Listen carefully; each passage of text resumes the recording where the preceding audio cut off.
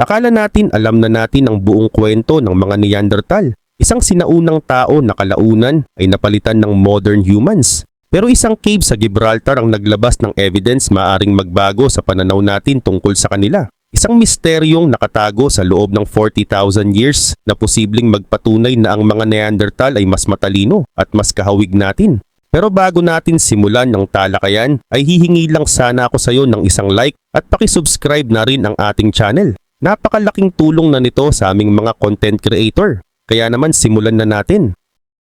The Seal. What 9 years of digging led to? Sa loob ng 40,000 years, may isang bagay sa loob ng Vanguard Cave ang nakatago sa likod ng isang pader. Hindi ito gumuhong bato o natural na debris, kundi isang sealed. Nang tuluyang mabuksan ito ng mga archaeologist, matapos ang 9 years ng excavation, pumasok sila sa isang chamber na hindi nagalaw mula pa nung nabubuhay ang huling Neanderthal.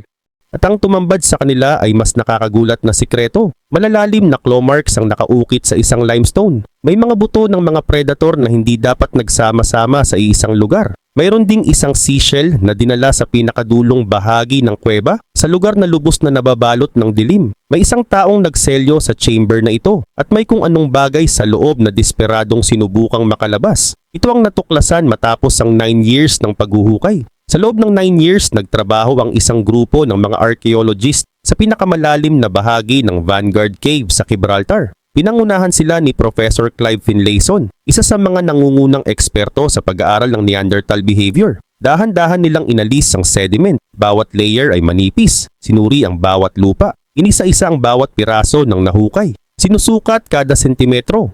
Pagkatapos natuklasan nila ang isang bagay na nagpahinto sa kanilang pag-iimbestiga. Nang suriin ito ng mga scientists, nakumpirma nila ang bagay na unti-unti ng kinatatakutan ng team. At nang tuluyan itong mabuksan, natuklasan nila ang isang chamber na nakaukit sa mismong ceiling ng kuweba. 13 meters ang lalim nito o humigit kumulang 42 feet ng sarado at hindi nagalaw na kadiliman.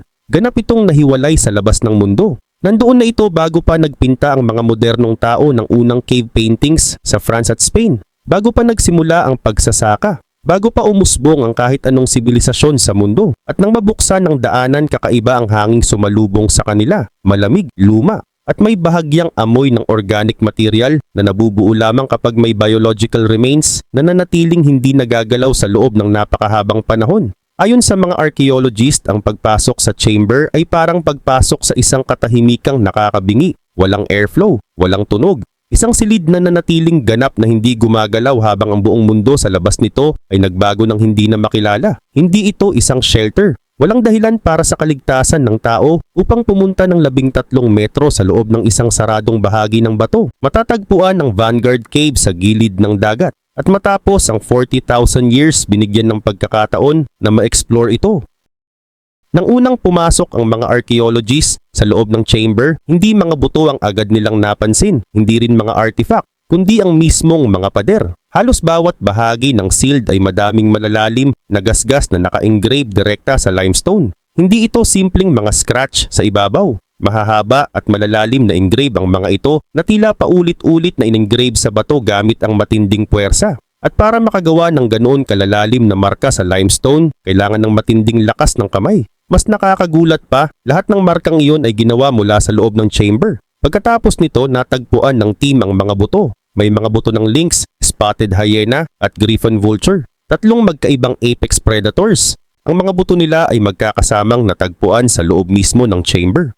Hindi karaniwang nagsasama-sama ang mga hayop na ito sa iisang lugar. Sa katunayan, nag-aagawan sila sa parehong teritoryo. Magkaribal ang lynx at spotted hyena. Hindi sila naninirahan sa iisang lugar. Samantala, ang griffon vulture ay isang malaking ibon na kadalasang umiiwas sa mga sealed na lugar. Hindi may paliwanag kung paano ang tatlong species na ito ay nanirahan sa isang kuweba. Direkta din ipinaliwanag ng mga researcher ng ipinapakita ng ebidensya. Posibleng dinala ng mga Neanderthal ang mga hayop na ito. Maaring hinuli ito papunta sa chamber para sa hunting practice, ritual, bilang bahagi ng pagkuha ng mga partikular na bahagi ng hayop.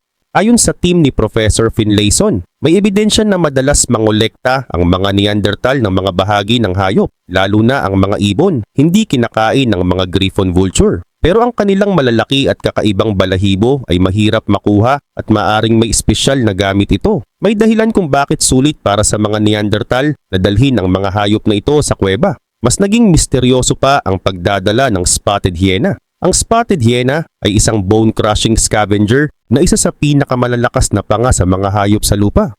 Hindi ito basta-bastang hayop na madaling hilahin papasok sa isang kuweba.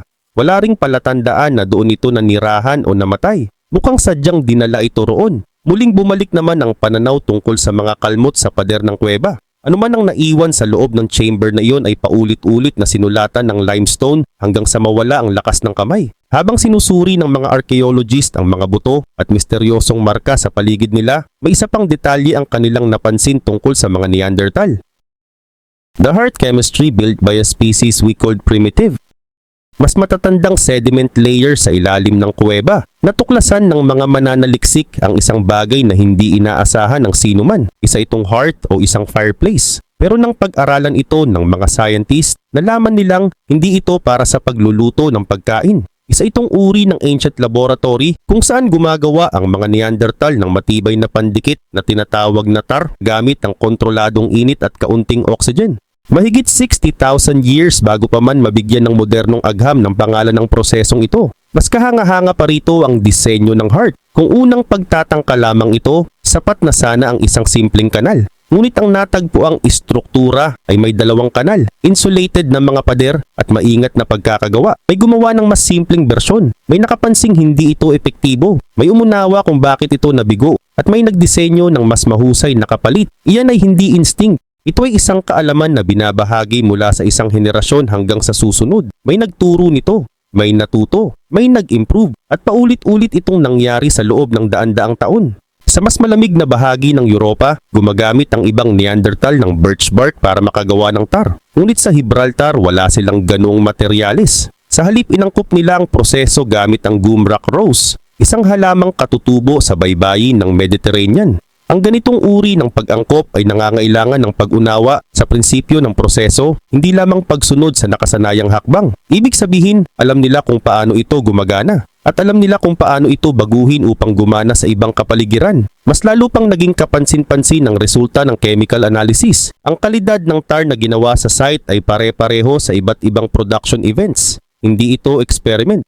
Isa itong paulit-ulit at maasahang proseso. Nakakagawa sila ng same results sa paglipas ng panahon. Sa modern terminologies, ito ay quality control. At bahagi ito ng isang 60,000 years old heart na matagal na itinuring ng science na walang kakayahan ng Neanderthal na magawa ito. Ginagamit ang tar para ikabit ang mga stone points sa mga kahoy na shaft. Lumilikha ito ng composite weapons na binubuo ng magkakahiwalay na bahagi na kailangang gumana bilang isang system. Kapag nag-failed ang tar o nabasag ang stone point, hindi na magiging effective ang buong sandata.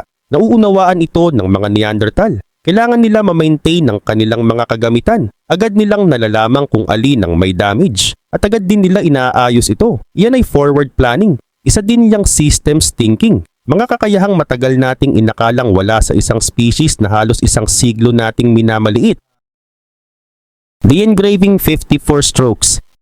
Sa loob ng Gorham's Cave, may natuklasan ang mga researcher na nakaukit direkta sa limestone bedrock. Isa itong pattern, isang crosshatch design na binubuo ng mga linyang nagsasalubong sa isang organized at paulit-ulit na guhit. Hindi ito natural na engrave sa bato. Inigrave ito gamit ang isang matulis na stone tool. Nang suriin ito ng mga scientists, natuklasan nilang mahigit 39 years na ang edad nito. At noong panahong iyon, hindi pa nakakarating ang modern humans sa bahaging ito ng Europe. Pagkatapos, sinubukan ng mga researcher na alamin kung gaano karaming galaw ang kinailangan para malikha ang disenyo. Ang resulta ay nakakagulat. Hindi sosobra sa 54 separated stroke ang ginawa sa parehong mga guhit. Hindi rin ito aksidenteng guhit na nalikha habang gumagamit ng kasangkapan. Sa bawat guhit, humihinto ang gumagawa nito, tiningnan ang kanyang nagawa bago i-continue ang pagguhit. At ginawa niya yon ng 54 times. Nang ulitin ng mga researcher ang process, may isa pa silang natuklasan. Nagawa nilang matukoy ang exact na pagkakasunod-sunod ng bawat linya. Unang ginawa ang pangunahing mga linya. Pagkatapos ay idinagdag ang mga pangalawang linya upang ma-fulfill ang mga pagitan. Mahalaga ang detalyeng ito. Ipinapakita nito na bago pa man gumalaw ang unang stroke sa bato, buo na sa isip ng gumawa ang magiging design. Alam na niya kung ano ang gusto niyang design. Mas naging kahanga-hanga pa ang natuklasan nang tingnan kung saan ito natagpuan. Hindi ito malapit sa entrance ng cave. Natagpuan ng engraving sa isang bahagi ng kuweba na halos hindi naaabot ng sikat ng araw. Ibig sabihin, ang taong gumawa ng 54 stroke ay nagtrabaho sa kadiliman. May dalawang posibilidad lamang. Maaring kabisado niya ang design at nagawa niya ito gamit lamang ang memorization at pakiramdam. O kaya naman ay gumamit siya ng artificial light habang nag-i-engrave. Anuman sa dalawang iyon, parehong nangangailangan ng maingat na pagpaplano at malinaw na intensyon. At hindi ito tugma sa paniniwala tungkol sa kakayahan ng mga Neanderthal. Sa loob ng maraming dekada, ang kakayahang lumikha ng abstract symbols at mga pattern na may kahulugan ay itinuturing na isa sa pinakamahalagang pagkakaiba ng modern humans sa ibang uri ng tao. Ito ang isa sa mga dahilan kung bakit pinaniniwalaang mas mataas ang antas ng ating pag-iisip. Ayon sa lumang pananaw, hindi kayang maabot ng mga Neanderthal ang symbolic thought. Pero narito ang problema. Ang engraving sa Gorham's Cave ay naroon na bago pa dumating ang modern humans sa region na ito. Ginawa ito ng isang Neanderthal sa kadiliman at sa pamamagitan ng 54 stroke. Ayon kay Professor Finlayson, ang researcher na namuno sa pag-aaral na ito, kung ano talaga ang ibig sabihin ng engraving, simple ang kanyang sagot. Hindi niya alam kung art or doodle ito. Pero malinaw na isa itong abstract design na ginawa mahigit 39 years ago, sa panahong wala pang modern humans malapit sa Gibraltar. The Burials. Nagbigay sa atin ang mga kuweba ng mga selyadong silid, komplikadong kagamitan at mga simbolong inukit sa kadiliman. Ngunit may mas mabigat pang ebidensya mula sa iba pang Neanderthal sites sa Europa. Ebidensyang hindi tungkol sa teknolohiya o sining, kundi tungkol sa kung paano nila tinrato ang kanilang mga yumao. Hindi nila basta iniwan ang kanilang mga patay. Hindi nila pinabayaan kung saan sila bumagsak. Inilibing nila ang mga ito at ginawa nila iyon ng may pag-iingat. Sa Shanidar Cave sa Hilagang Iraq, natagpuan ng isang Neanderthal burial na tinatayang nasa 60,000 years old. Nang suriin ng mga siyentipiko ang lupa sa paligid ng bangkay, nakakita sila ng mataas na konsentrasyon ng pollen mula sa iba't ibang uri ng namumulaklak na halaman. Mga halamang hindi tumutubo sa loob ng kuweba. Ibig sabihin, may kumuha ng mga ito mula sa labas at sadyang inilagay malapit sa namatay. Kung tama ang interpretasyong ito, maaaring ito ang pinakamatandang kilalang grave offering sa kasaysayan ng mundo. Ngunit hindi lamang mga bulaklak ang mahalaga. Mahalaga rin ang posisyon ng katawan. Hindi ito basta inilapag sa sahig. Maingat itong inayos. Nakalapit ang mga tuhod sa dibdib, nakaayos ang mga braso, at inilagay sa isang mababaw na hukay na malinaw na hinukay para sa layuning iyon. May taong nag-decide kung paano ihahatid ang yumao sa kanyang libingan. May naghukay, may nag-ayos sa katawan. Sa La Ferracie sa France natuklasan naman ang ilang Neanderthal na magkakasamang inilibing. May mga matatanda, may mga bata, may magkakahiwalay na libingan sa loob ng parehong lugar. Para bang sinikap ng mga naglibing na panatilihing magkasama ang isang pamilya kahit pagkatapos ng kamatayan. Sa iba pang mga lugar, natagpuan din ng pulang okre na inilagay mismo sa mga buto ng mga yumao. The Disappearance. Sa buong Europa, may isang pattern na paulit-ulit na lumilitaw sa archaeological record. Sa bawat rehiyong narating ng mga modernong tao, unti-unti ring nawawala ang mga bakas ng presensya ng mga Neanderthal. Hindi lamang ito nangyari ng minsan o dalawang beses. Nangyari ito ng paulit-ulit sa iba't ibang bahagi ng kontinente. Sa tuwing dumarating ang mga modernong tao sa isang bagong lugar, doon din nagtatapos ang ebidensya ng paninirahan ng mga Neanderthal.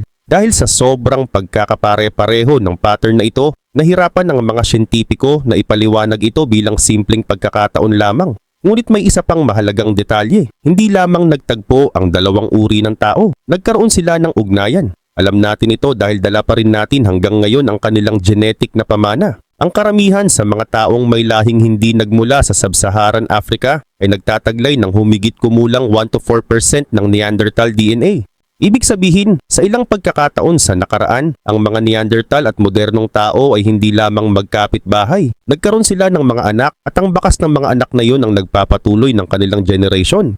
Ngunit kahit ganoon, isang uri lamang ang nagpatuloy bilang hiwalay na populasyon. Ang isa ay tuluyang nawala. May ilang natuklasang remains ng mga Neanderthal mula sa kanilang mga huling yugto na nagpapakita ng mga pinsalang dulot ng matitinding sugat ng matutulis na sandata. Mga sugat na hindi maipapaliwanag bilang resulta ng pag-atake ng mababangis na hayop. Bagkus, mga pinsalang maaring dulot ng pakikipagsagupaan sa ibang tao. Hindi nito pinatutunayan na nagkaroon ng malawakang digmaan sa pagitan ng dalawang species, ngunit ipinapakita nitong may mga pagkakataong nagkaroon ng marahas na komprontasyon. At habang nangyayari iyon, may isa pang krisis na dahan-dahang sumisira sa kanilang mundo. Noong panahon ng mga Neanderthal sa Gibraltar, malawak pa ang kapatagang nasa harap ng mga kuweba. Mahigit 4 na kilometro ng tuyong lupa ang umaabot lampas sa kasalukuyang baybayin. Naroon ang mga kagubatan, damuhan at mga hayop na kanilang hinuhuli. Iyon ang pundasyon ng kanilang pamumuhay sa loob ng libu-libong taon.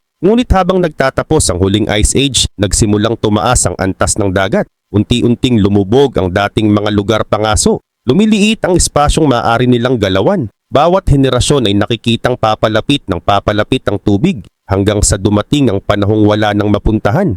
Sa isang banda, iyang lumalawak na populasyon ng modernong tao. Sa kabilang banda ay ang tumataas na dagat. Dalawang krisis ang sabay na dumating. At ang mga Neanderthal, ang mga taong gumagawa ng tar, lumilikha ng mga simbolo, naglilibing ng kanilang mga yumao ng may ritual at nagdadala ng mga shell sa kailaliman ng mga kuweba, ay unti-unting napilitang umatras hanggang sa pinakahuling matitirhang bahagi ng Europa, hanggang sa wala nang natira. Ang tunay na nawala ay hindi lamang ang kanilang populasyon, kundi ang kanilang kultura, ang kanilang mga kwento, ang kanilang mga ritual, ang kanilang mga paniniwala, ang kanilang mga simbolo, ang kaalamang ipinasa nila sa loob ng daan-daang libong taon. Lahat ng iyon ay naglaho sa loob lamang ng isang iglap kung ihahambing sa haba ng kasaysayan ng mundo. Sa loob ng 40,000 years, nanatiling nakasara at tahimik ang silid sa Vanguard Cave. Habang nagbabago ang klima, habang umuusbong ang mga sibilisasyon, habang itininatayo at ibinabagsak ang mga imperyo, habang binabago ng tao ang mukha ng planeta, nanatili itong nakatago sa kadiliman. At nang tuluyan itong mabuksan, ang natagpuan sa loob ay hindi ginto, hindi kayamanan, kundi isang mensahe mula sa isang mundong matagal nang naglaho, isang talaan ng mga taong walang ideya na sila na pala ang huling henerasyon ng kanilang uri. At marahil iyon ang pinakamalalim na aral mula sa Vanguard Cave. Ang mga taong nagselyo sa silid na iyon, nagdala ng shell sa kailaliman ng kuweba, nag-ukit ng mga simbolo sa bato at naglagay ng mga bulaklak sa tabi ng kanilang mga yumao, ay hindi simpleng mas mababang bersyon ng modernong tao. Sila ay ibang sangay ng sangkatauhan, may sarili nilang kaalaman, may sarili nilang kultura, may sarili nilang paraan ng pag-unawa sa mundo. At habang mas malalim pang naghuhukay ang mga arkeologo sa ilalim ng kuweba, posibleng mas marami pa tayong matuklasan. Mga piraso ng isang kwentong halos tuluyang nabura ng panahon, ngunit patuloy na muling lumilitaw mula sa kadiliman.